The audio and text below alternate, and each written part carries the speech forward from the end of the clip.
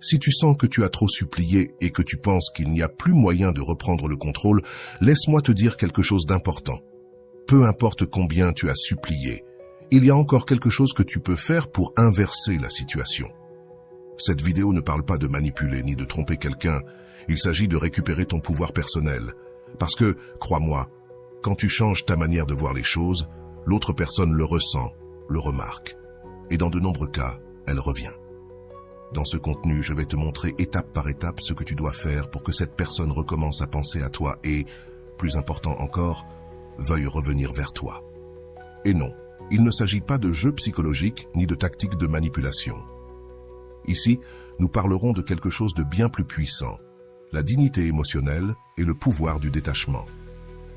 Tu verras comment appliquer les principes des grands stoïciens et les enseignements de Rolando, qui a aidé des milliers de personnes à récupérer leur amour-propre et leur dignité émotionnelle.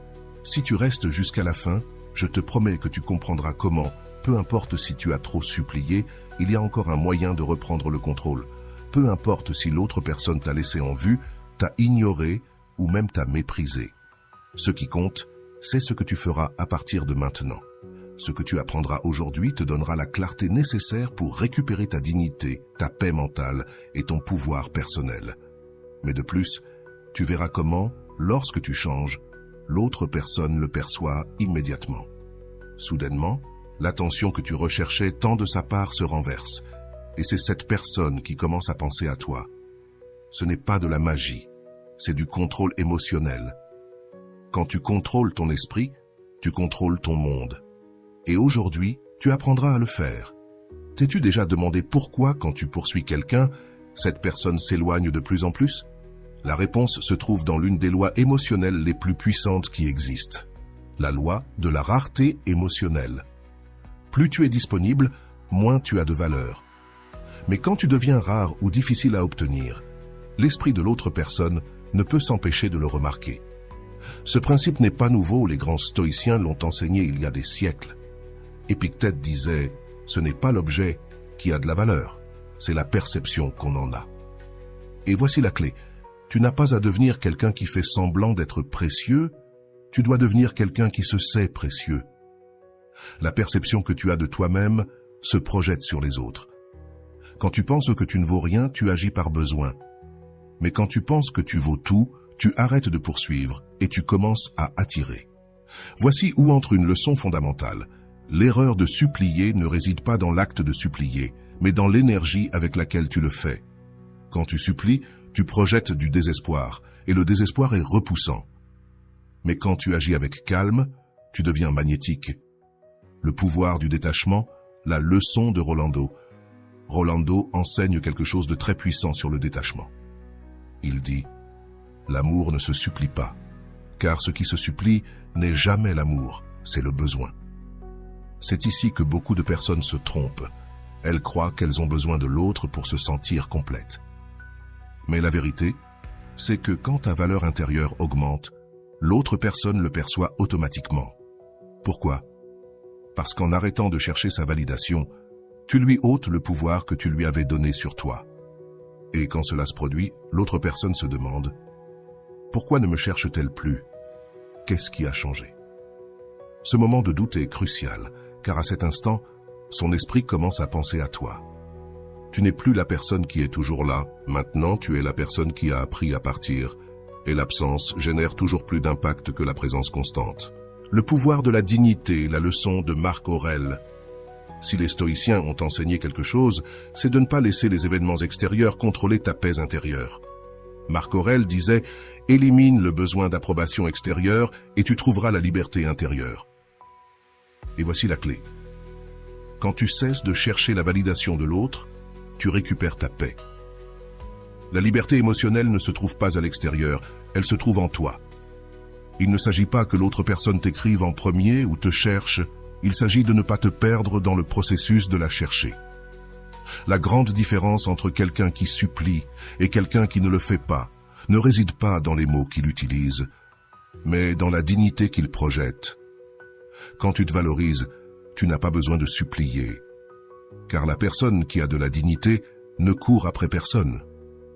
Que dois-tu faire pour qu'il ou elle revienne?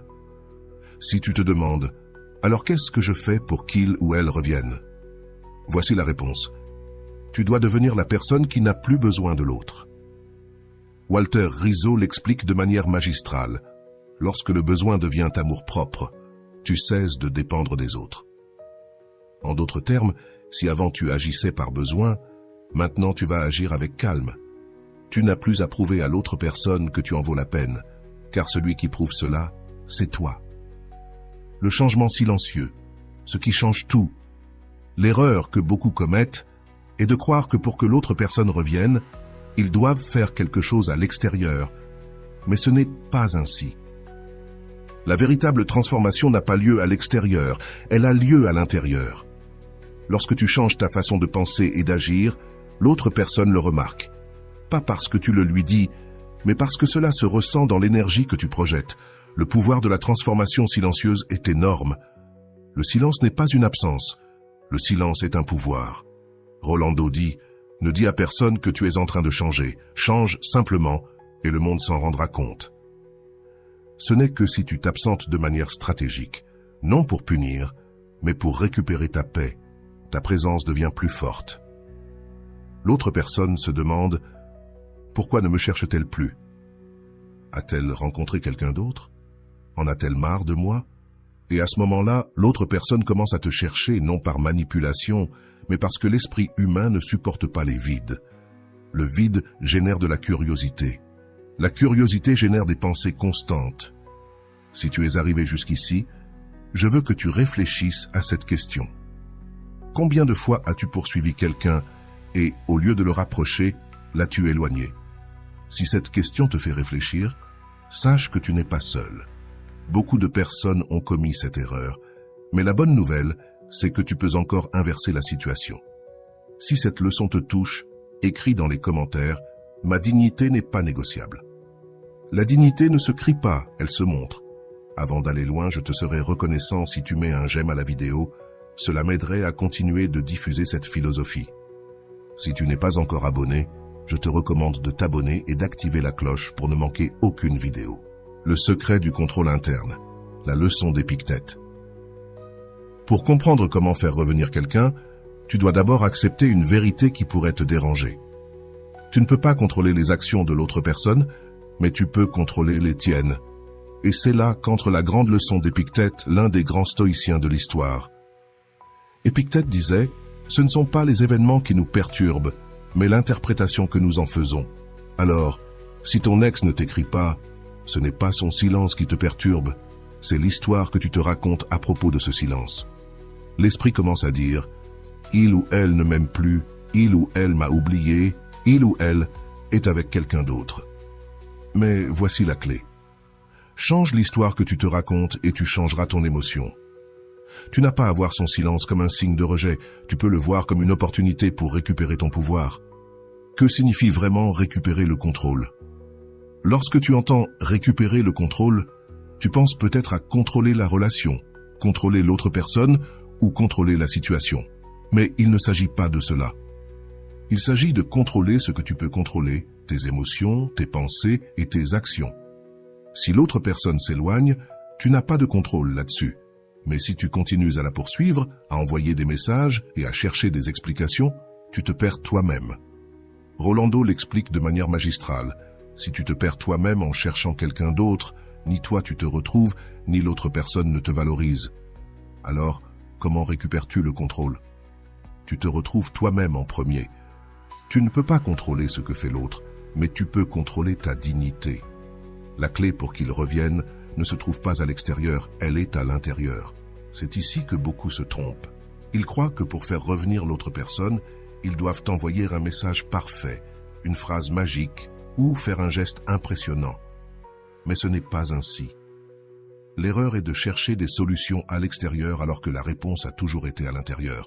Ce n'est pas ce que tu dis à l'autre personne, c'est ce que tu te dis à toi-même. Sénèque, un autre des grands stoïciens, disait « Ne t'inquiète pas de ce que tu ne peux pas contrôler.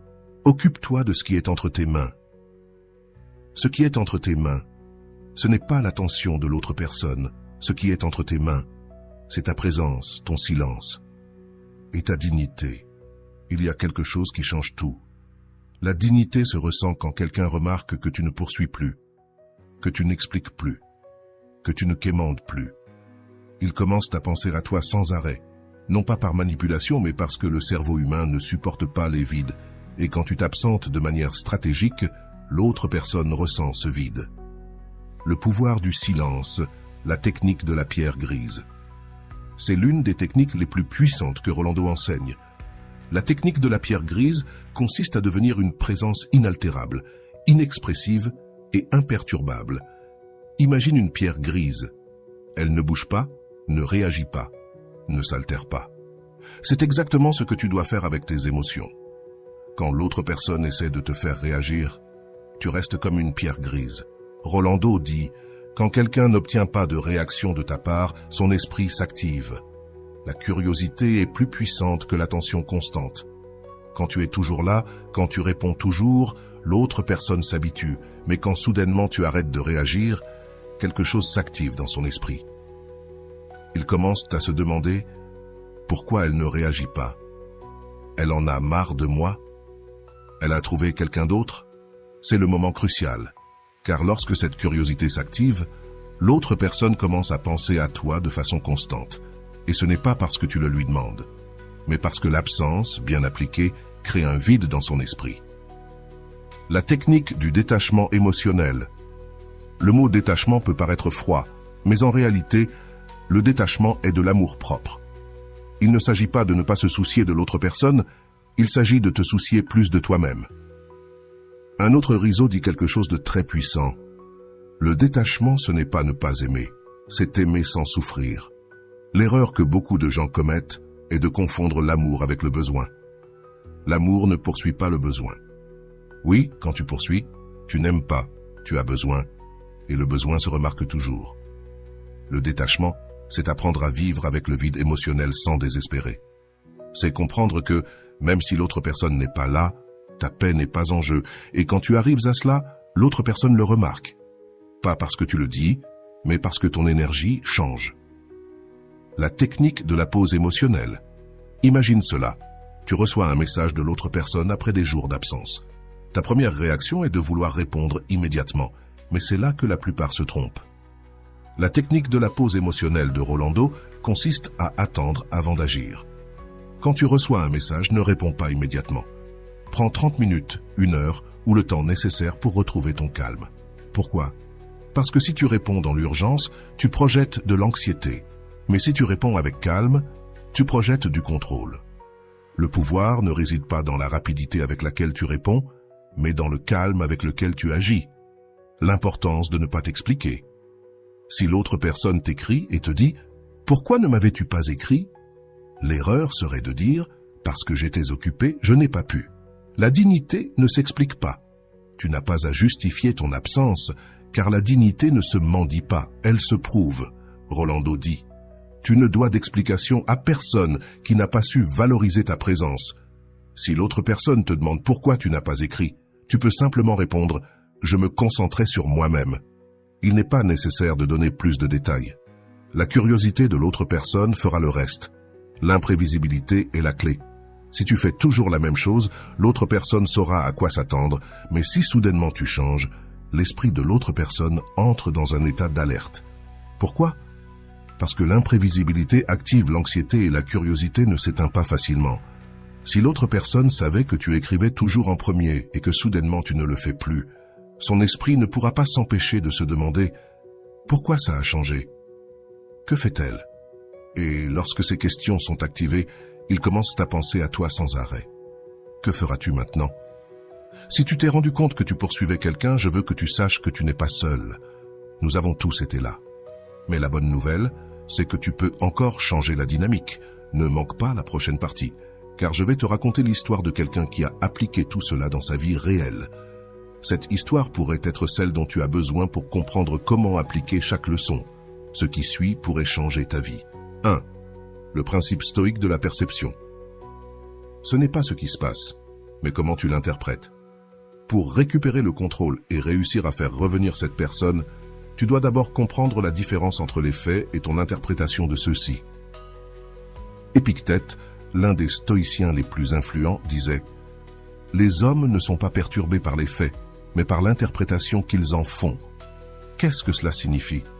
Cela signifie que le fait que l'autre personne ne t'ait pas répondu n'est pas en soi un problème. Le problème réside dans l'histoire que tu te racontes à ce sujet. Si ton esprit te dit « il ou elle ne me répond pas parce que je ne lui importe plus », alors ton émotion sera tristesse, frustration ou anxiété. Mais et si tu changeais l'histoire? Que se passerait-il si tu te disais « il ou elle ne m'a pas répondu parce qu'il ou elle est occupé et cela n'a rien à voir avec ma valeur personnelle ». Le changement de perspective change ton émotion, et lorsque ton émotion change, tes actions changent. Tu ne réagis plus par besoin, tu agis par dignité. 2. La leçon de Marc Aurèle sur le contrôle de l'esprit. Marc Aurèle, un autre grand stoïcien, enseignait que l'esprit a le pouvoir de décider ce qui t'affecte et ce qui ne t'affecte pas. Il disait « Si tu es angoissé par quelque chose d'extérieur, la douleur ne vient pas de la chose elle-même, mais de l'estimation que tu en fais. Et tu as le pouvoir de révoquer cela à tout moment. » Qu'est-ce que cela signifie? Cela signifie que si aujourd'hui tu ressens de la douleur parce que l'autre personne ne te répond pas, cette douleur ne réside pas dans l'action de l'autre personne, mais dans ton esprit. Et si tu es celui qui crée la douleur, tu as aussi le pouvoir de l'éliminer. Comment appliquer cela? Chaque fois que tu ressens le besoin de supplier, d'écrire ou de clarifier quelque chose, demande-toi, est-ce dans mon contrôle ou hors de mon contrôle? Si la réponse est hors de mon contrôle, alors laisse-le partir.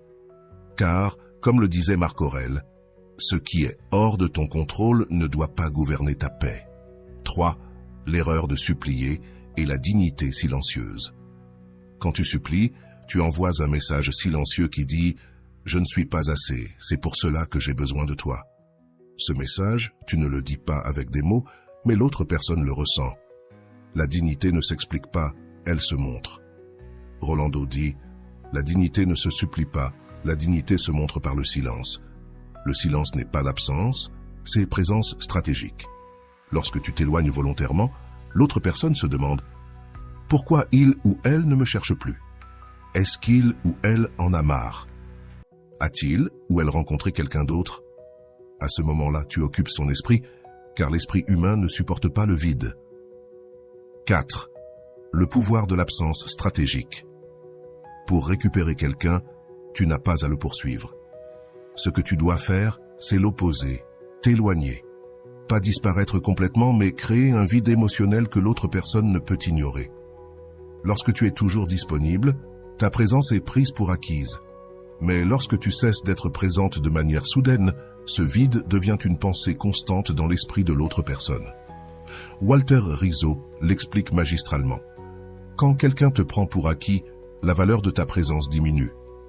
Mais quand tu t'absentes, elle se réactive parce que l'esprit ne supporte pas la sensation de vide. 5. La technique de la pause émotionnelle. Imagine cela, tu reçois un message de l'autre personne après plusieurs jours. Ta première réaction est de répondre immédiatement, mais cette impulsion est ton ego qui crie, pas ta dignité. La technique de la pause émotionnelle de Rolando consiste à attendre avant d'agir. Ne réponds pas immédiatement, prends 30 minutes, 1 heure ou le temps qu'il te faut pour retrouver ton calme. Pourquoi? Parce que si tu réponds avec urgence, tu projettes de l'anxiété. Mais si tu réponds avec calme, tu projettes du contrôle. Le calme, c'est du pouvoir, et l'autre personne ressentira cette différence. 6. Ne donne pas d'explication. Si l'autre personne te demande pourquoi tu ne m'écris plus, la plupart des gens répondent par « J'ai été occupé, je n'ai pas eu le temps ». Erreur. Cette réponse justifie ton absence et projette le besoin de donner des explications, mais la dignité ne s'explique pas. Rolando dit « Tu ne dois pas d'explication à quelqu'un qui n'a pas su apprécier ta présence. » Quand on te demande pourquoi tu es absent, réponds simplement « Je vais bien. Je me concentre sur moi. » Il n'y a rien d'autre à dire. La curiosité fera le reste. 7. La clé de l'imprévisibilité. Si tu fais toujours la même chose, l'autre personne saura à quoi s'attendre de toi. Mais si tu changes ton comportement de manière inattendue, son esprit entre en état d'alerte. Pourquoi? Parce que L'imprévisibilité active la curiosité, et la curiosité génère des pensées constantes.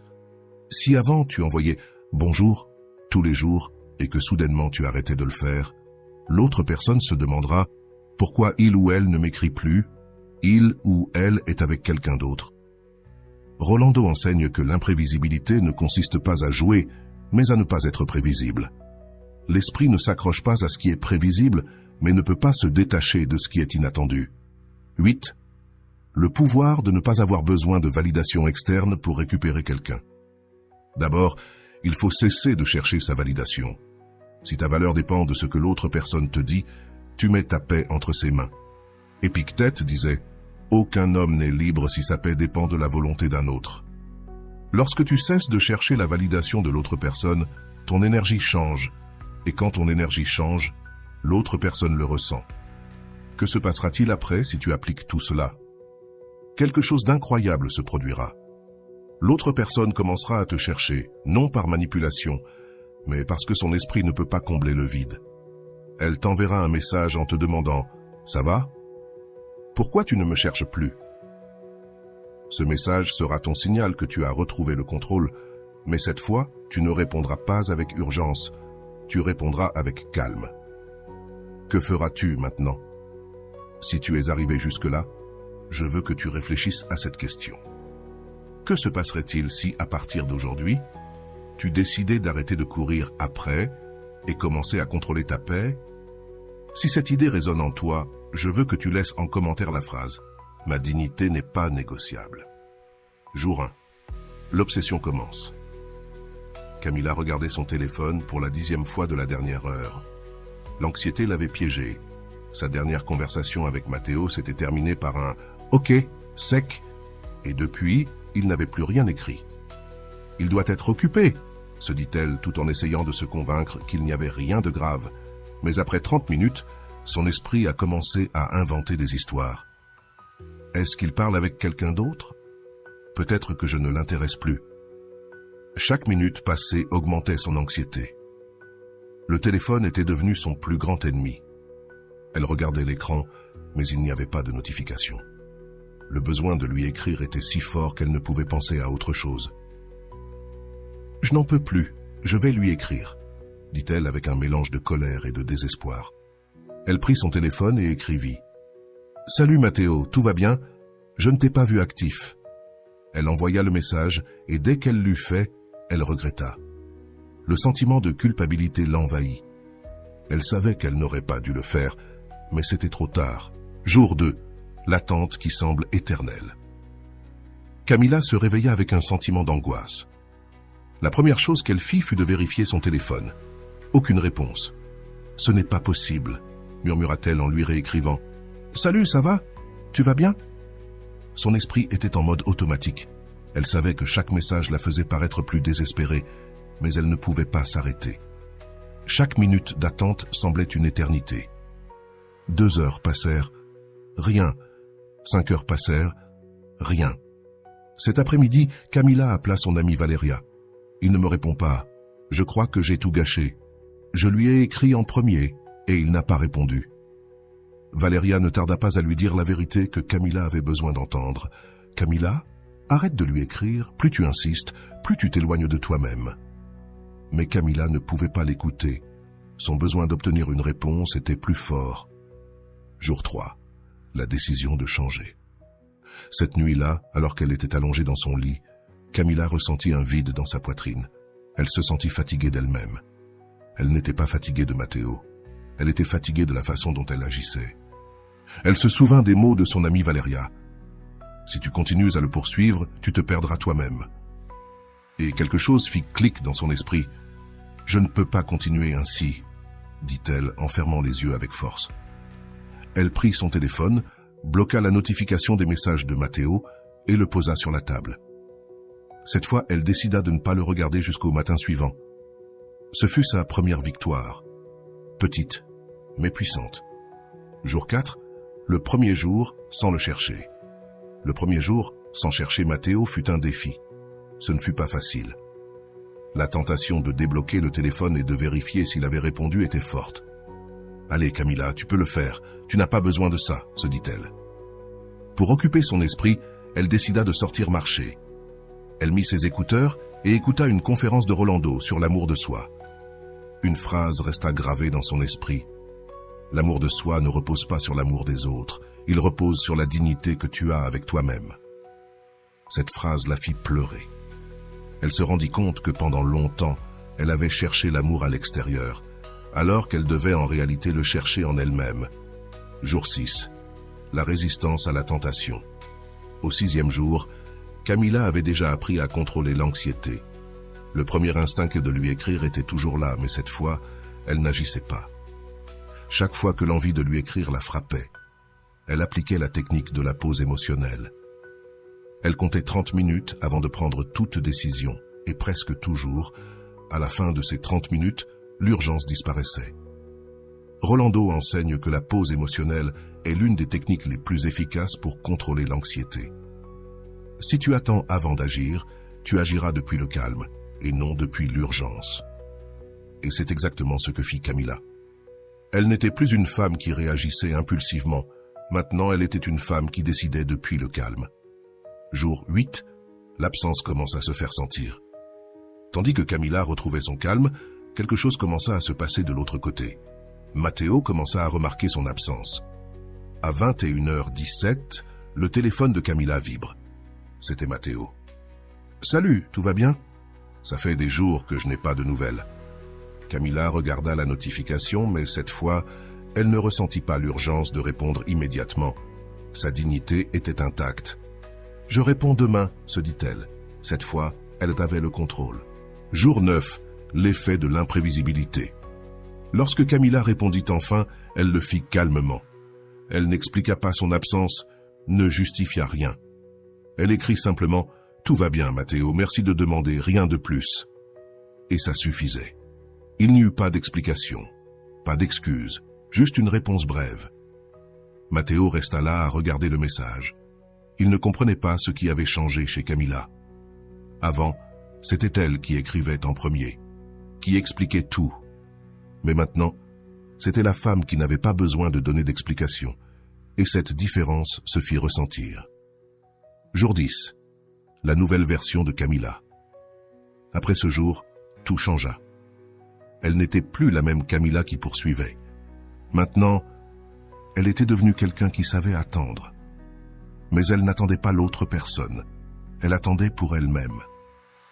Pour la première fois, Camila sentit que sa dignité n'était plus en jeu. Peu importe si Matteo répondait ou non, car maintenant sa paix ne dépendait plus de lui. Épictète disait « Si tu contrôles ton esprit, tu contrôles ton monde. » Et c'est exactement ce que fit Camila. Elle ne contrôlait pas Matteo, elle contrôlait son esprit. Le jour 11, le retour de Matteo. Camila avait commencé à se sentir bien dans sa peau, le contrôle qu'elle avait sur son anxiété était évident. Elle ne ressentait pas le besoin d'écrire à Matteo, mais comme cela arrive dans ces cas-là, juste au moment où tu te sens en paix, la vie te met à l'épreuve. À 10h23, pendant qu'elle vérifiait ses mails, son téléphone vibra. C'était Matteo. « Salut, comment tu vas ? Ça fait un moment que je n'ai pas de nouvelles. » Son cœur fit un bond. Pour la première fois, il écrivait sans qu'elle ait cherché à le contacter. Son premier réflexe fut de répondre immédiatement.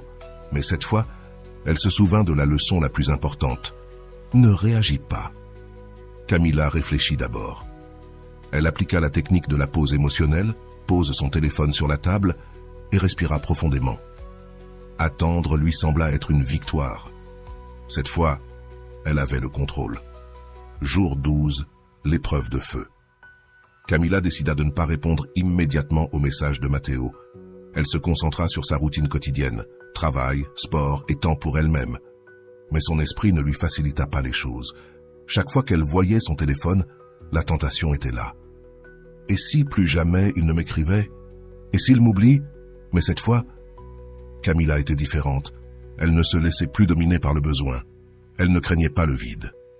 À 18h45, après avoir dîné, elle décida de lui répondre. Mais cette fois, elle ne s'expliqua pas, ne s'excusa pas du retard, ni ne donna de justification.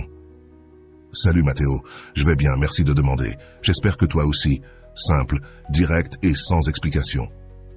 Ce fut le message. Et pour la première fois, Camilla sentit qu'elle avait gagné. Jour 14, l'anxiété tente de revenir. Les jours passèrent et Matteo ne répondit pas immédiatement. C'est là que l'esprit de Camilla commença à l'attaquer.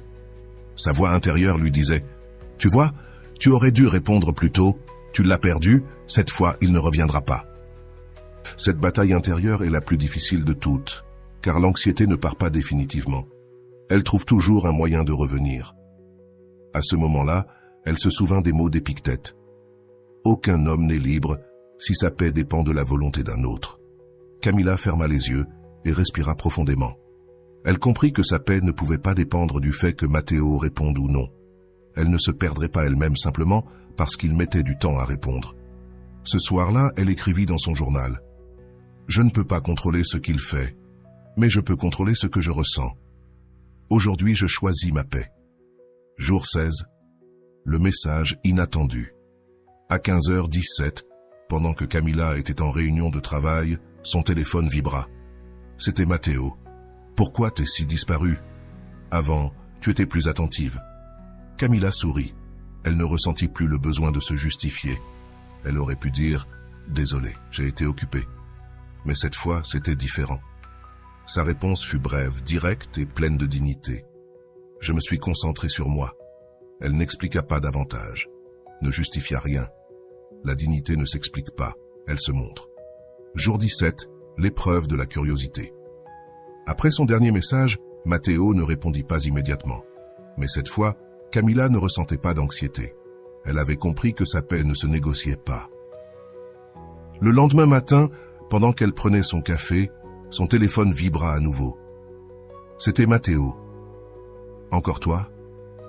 Et sur quoi tu te concentres autant? Raconte-moi. » Camilla sourit.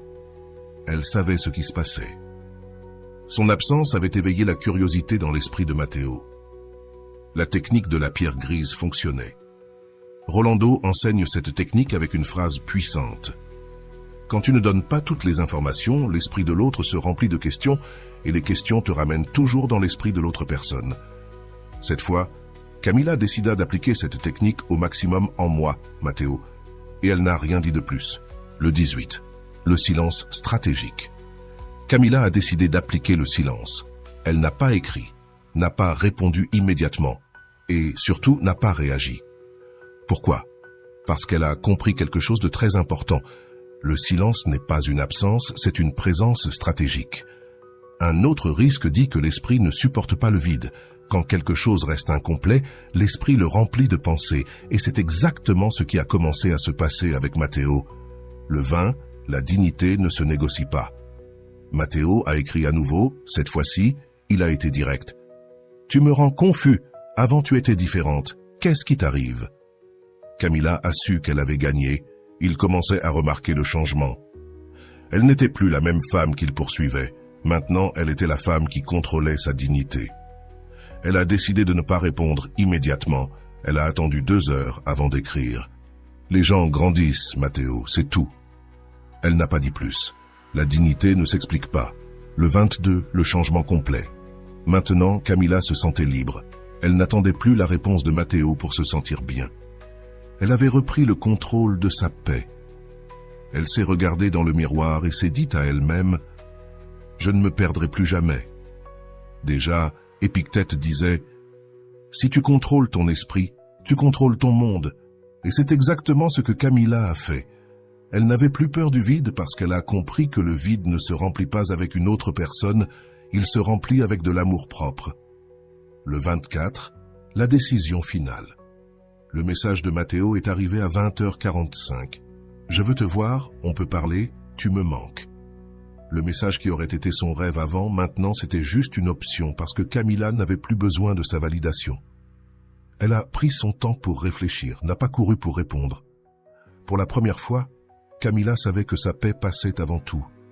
Si cette histoire t'a fait écho, je veux que tu réfléchisses à cette question. Combien de fois as-tu cherché la validation d'une autre personne pour te sentir précieux? Si tu te reconnais dans Camilla, je veux que tu saches que tu n'es pas seul. Nous avons tous été là, mais la bonne nouvelle, c'est que tu peux changer la dynamique. Le 25, la tentation de revenir. Le message de Matteo restait à l'écran. « Je veux te voir, on peut parler, tu me manques. » Camilla l'a regardé quelques secondes, puis a posé le téléphone face contre table. Il n'y avait pas de hâte, pas d'urgence. Pour la première fois, elle n'a pas ressenti l'impulsion de répondre immédiatement. Cette fois, elle était en contrôle. Elle s'est levée, a préparé une tasse de thé et s'est assise sur la terrasse de sa maison. Le silence de la nuit l'accompagnait. Avant, ce silence l'aurait effrayée, mais maintenant c'était différent. Ce silence était la paix. « Je n'ai pas besoin de courir pour prouver quoi que ce soit », se dit-elle en respirant profondément. Elle se souvient de la phrase de Rolando. « Quand tu réponds depuis le calme, tu ne perds pas ton pouvoir, mais quand tu réagis depuis l'urgence, tu es un prisonnier de tes émotions. » Camilla a décidé d'attendre jusqu'au matin suivant pour répondre. Cette nuit-là, elle a dormi paisiblement. Le 26, la réponse depuis la dignité. À 10h45 le matin, après son petit déjeuner, Camilla a décidé de répondre à Matteo. Mais cette fois, elle ne l'a pas fait par besoin, elle l'a fait depuis le calme. Elle a pris son téléphone et a écrit « Salut Matteo, bien sûr, mais à propos de quoi ?» Son message n'était pas une acceptation automatique, c'était une question. Et les questions ont du pouvoir. Quand tu poses une question, tu laisses la responsabilité du prochain mouvement à l'autre personne. Matteo a répondu rapidement « Je veux te voir, tu me manques, c'est tout. » Camilla a souri. Ce n'était pas un sourire de victoire sur lui. C'était un sourire de victoire sur elle-même. Avant, elle aurait accepté sans réfléchir, mais maintenant sa paix passait avant tout. « Je vais réfléchir. » Il n'y avait pas besoin de s'expliquer. Elle ne cherchait plus de validation. Elle montrait simplement sa dignité. Le 20e, la confusion de Matteo. Le changement de Camilla commençait à affecter Matteo. Il ne comprenait plus ce qui se passait. Avant, Camilla était toujours disponible. Elle cherchait toujours. Elle expliquait toujours. Mais maintenant, ce n'était plus le cas. Pendant ce temps, Camilla poursuivait sa routine. Elle alla au gymnase, déjeuna avec son amie Valeria et ne mentionna pas Matteo une seule fois au cours de la conversation. « Te vois-tu différente, Camilla ? On dirait qu'il y a quelque chose de changé en toi, » dit Valeria en prenant un café. « Ce qui a changé, c'est que j'ai arrêté de courir après, » répondit Camilla avec un sourire. Valeria sourit et trinqua avec sa tasse de café. « Ça, ami, c'est la véritable victoire. Le 28, la preuve finale. » Cette nuit-là, Matteo écrivit à nouveau « Je veux te voir, Camilla, s'il te plaît. » Mais cela ne passa pas inaperçu. La balance s'était inversée. Maintenant, c'était Matteo qui demandait, qui cherchait, qui attendait. Camilla s'assit sur son lit, prit son journal et écrivit « Aujourd'hui, je me sens en contrôle. Je n'ai besoin de courir après personne. Je n'ai pas de précipitation, car la paix n'a pas de précipitation. » Cette fois, elle prit 1 heure avant de répondre. Le calme était sa meilleure réponse, pensa-t-elle. Je comprends, Matteo, je vais voir si je peux. Je te tiendrai au courant. Ce n'était pas une acceptation directe. Elle laissait la porte entr'ouverte, mais pas complètement. Cette fois, la décision lui appartenait, pas à lui. Le 30, la décision de Camilla. Camilla se leva avec une clarté qu'elle n'avait jamais ressentie. Elle n'était plus la même femme qui priait pour quelque chose. Un changement profond s'était opéré en elle, et sa paix n'était plus en jeu. Matteo n'était plus la source de son bonheur. Ce matin-là, en buvant son café, elle relut une phrase de son journal écrite quelques jours plus tôt. « Il ne s'agit pas de le faire revenir, il s'agit de ne pas me perdre pendant que j'attends. » Cette phrase se grava dans son esprit. Ce n'était pas de Matteo qu'il s'agissait, c'était d'elle. Le 31, la rencontre face à face. Camilla décide de voir Matteo. Mais cette fois, ce ne fut pas une décision impulsive, mais un choix réfléchi. Ils se rencontrent dans un café. Lorsque Matteo arrive, il la regarda différemment. Ce n'était pas la même Camilla qu'il se souvenait. Cette femme était calme, sûre d'elle, et son énergie disait tout. « Tu es bien, Camilla », dit Matteo avec un sourire nerveux. « Merci, je me sens bien », répondit-elle avec un sourire apaisant. Pendant la conversation, Matteo tenta de reprendre le contrôle. « Pourquoi as-tu été si distante? Avant, tu étais toujours là pour moi. » Camilla le regarda avec une tranquillité imperturbable et répondit « parce que j'ai décidé d'être là pour moi d'abord. » Ce moment fut un coup silencieux pour Matteo. Elle n'eut pas besoin de crier, de réclamer ou de discuter. Sa tranquillité était sa réponse. Le 32, la décision finale. À la fin de la conversation, Matteo dit « Je veux qu'on revienne à ce que nous étions avant. » Camilla sourit doucement et répondit « Je ne veux pas revenir en arrière, comme avant. » Le silence fut total. Matteo ne sut quoi répondre. Avant, elle aurait accepté. Mais cette fois, elle savait que sa dignité n'était pas à vendre. « Si nous devons avoir quelque chose, ça doit être mieux qu'avant. Je ne vais pas me contenter de moins que ce que je mérite. » Matteo la regarda avec une surprise mêlée d'admiration. Pour la première fois, il la voyait vraiment pas comme la femme qui suppliait, mais comme celle qui avait appris à se valoriser. Le 33, la liberté totale. Après cette conversation, quelque chose avait changé en Camilla. Elle n'attendait plus rien de Matteo. Elle avait retrouvé sa dignité et sa paix. Maintenant, sa paix ne dépendait plus de s'il la cherchait ou non. Sa paix dépendait d'elle-même. Épictète disait « La liberté n'est pas dans le contrôle des autres, mais dans le contrôle de ton esprit. » Camilla l'avait compris. Elle n'avait pas besoin de contrôler Matteo, seulement elle-même. Si cette histoire t'a touché, je veux que tu réfléchisses concernant cette question. Combien de fois as-tu essayé de contrôler l'autre personne, alors que la seule chose que tu avais à contrôler, c'était ton esprit? Si tu t'es retrouvé dans la situation de Camilla, je veux que tu saches que tu n'es pas seul. Nous sommes tous passés par là, mais la bonne nouvelle, c'est que tu peux changer la dynamique. 1. Le passage du besoin à l'anxiété. Au début de l'histoire, Camilla se trouvait dans le pire état émotionnel possible, le besoin extrême. Quand quelqu'un agit par besoin, il devient prisonnier de l'attention de l'autre. Son bien-être dépend d'un message, d'une réponse ou d'un signe de l'autre personne. C'est l'un des points où la plupart des gens se reconnaissent. Combien de fois as-tu regardé ton téléphone en attendant une notification qui ne vient jamais? C'est le principal symptôme de la dépendance émotionnelle. Rolando le définit ainsi. Quand ta paix dépend de la réponse de quelqu'un, tu as déjà perdu le contrôle de ta vie. Au début, Camilla consultait son téléphone toutes les 5 minutes et, lorsqu'elle ne recevait pas de réponse, son esprit créait des histoires négatives. C'est l'effet célèbre de la narration interne, où ton esprit invente des scénarios qui te font te sentir pire que ce qui se passe réellement. Les stoïciens nous enseignent que ce ne sont pas les faits qui nous perturbent, mais l'interprétation que nous en faisons. Épictète disait « Si tu contrôles ton esprit, tu n'as pas besoin de contrôler le monde. » Le problème de Camilla n'était pas Matteo, le problème était la façon dont elle interprétait son silence. 2. La décision de ne pas se perdre soi-même. Le moment clé de l'histoire de Camilla survient lorsqu'elle décide d'appliquer la technique de la pause émotionnelle. Cette technique, enseignée par Rolando, consiste à ne pas réagir immédiatement lorsque l'émotion cherche à te contrôler. Tu choisis de faire une pause avant d'agir.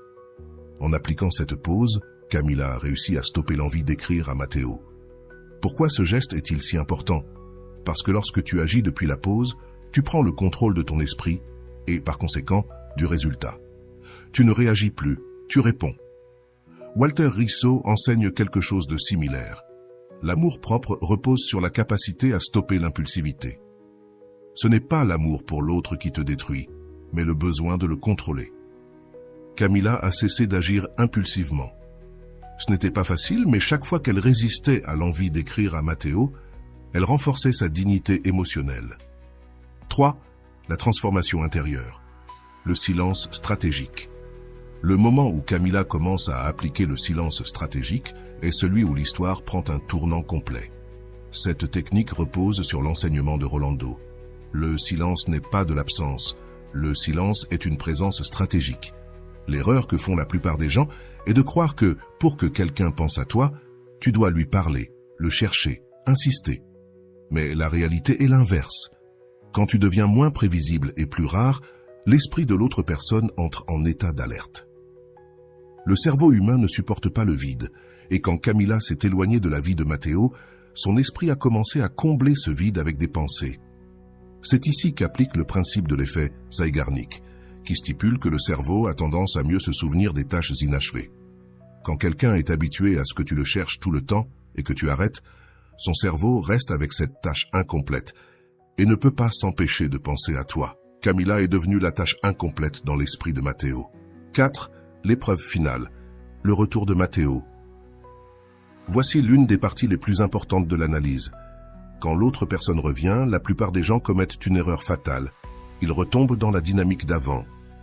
Si Camilla avait accepté immédiatement la proposition de Matteo, elle aurait tout perdu de ce qu'elle avait gagné. Mais cette fois, ce ne fut pas le cas. Elle n'a pas réagi, elle a répondu depuis le calme. La réponse de Camilla a été parfaite. Je vais y réfléchir, et je te tiens au courant. Quel message envoie cette phrase? Je n'ai pas peur de toi, je ne suis pas désespéré de te voir. Ma dignité passe avant tout. Cette réponse donne du pouvoir à Camilla et déstabilise l'esprit de Matteo.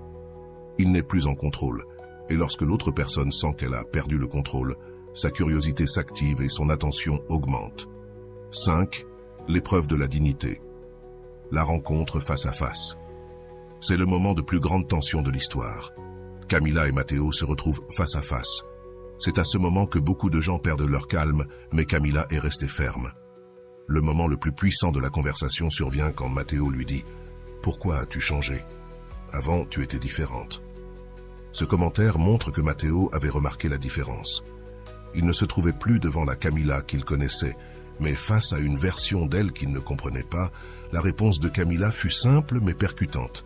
« Parce que j'ai décidé de me mettre en priorité. » Cette phrase a du pouvoir. Elle n'a pas expliqué, ne s'est pas justifiée, elle s'est montrée. Et c'est ici que Marc Aurèle nous enseigne l'importance de la dignité. Il disait « Le pouvoir de ta vie réside dans le fait d'agir selon tes principes et non selon les attentes des autres. » Camilla n'a pas agi pour plaire à Matteo, elle a agi pour ne pas se trahir elle-même.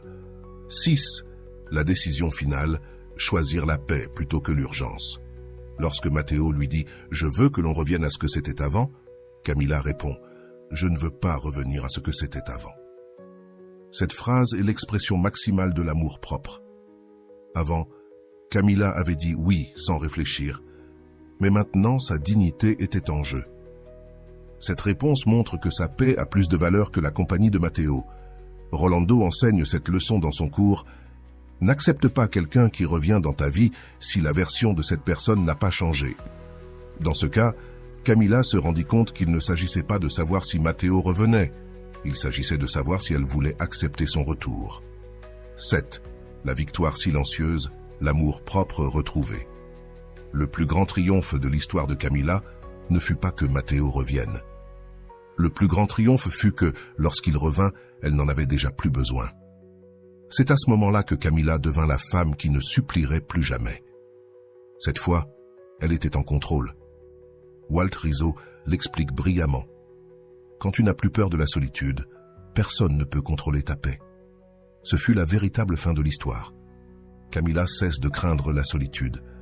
Lorsque tu atteins ce niveau d'amour-propre, aucun silence ne t'effraie, aucun vide ne te perturbe. Réflexion finale. Que pouvons-nous apprendre de l'histoire de Camilla? Si tu te reconnais dans cette histoire, sache que tu n'es pas seul. Nous sommes tous passés par là, suppliant, poursuivant, attendant la réponse de quelqu'un qui, au fond, ne nous accordait pas la place que nous méritions. La leçon la plus puissante de cette histoire est la suivante. Il ne s'agit pas de faire revenir quelqu'un. Il s'agit de ne pas te perdre toi-même en attendant. Et voilà, j'espère que vous avez trouvé beaucoup de valeur dans cette vidéo. Merci d'être resté jusqu'à la fin de cette vidéo. J'adore quand vous faites ça. Si vous voulez une autre vidéo sur ce sujet, écrivez en commentaire « J'en veux encore plus ». J'espère vous revoir dans une autre vidéo.